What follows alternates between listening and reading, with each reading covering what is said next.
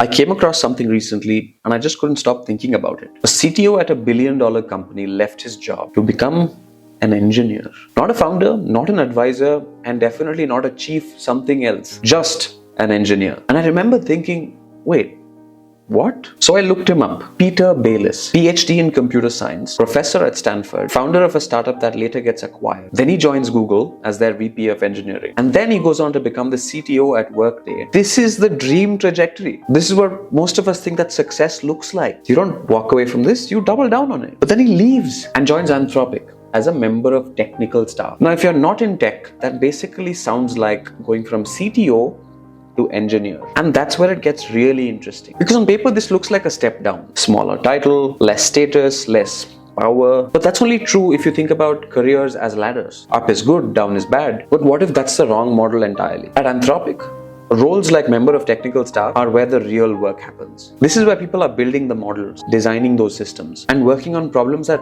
don't even have clear answers yet. This is the frontier of AI. Closer to the technology, closer to the problem, closer to the future of everything. And that's the part that's been stuck in my head and driving me nuts. Most careers, including mine if I'm being honest, are built like ladders. You start somewhere, you move up, you manage more, and you go further and further away from the actual problem, from the actual work. Less building, more meetings, more coordination, more bureaucracy, and more distance from the craft. And we call that growth. But what if growth isn't actually about moving up, but it's actually about moving towards something, towards harder problems, towards faster learning, towards the edge of what's possible?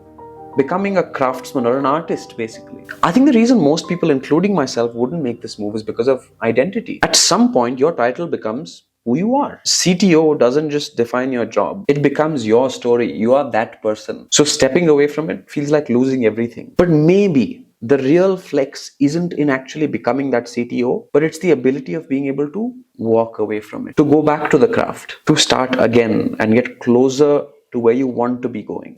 I don't know, I just found that really fascinating. And I'm so curious to understand your opinions. Would you ever take a step down, quote unquote, step down, if it meant working on something way more important? How tightly is your sense of identity bound to your title at work?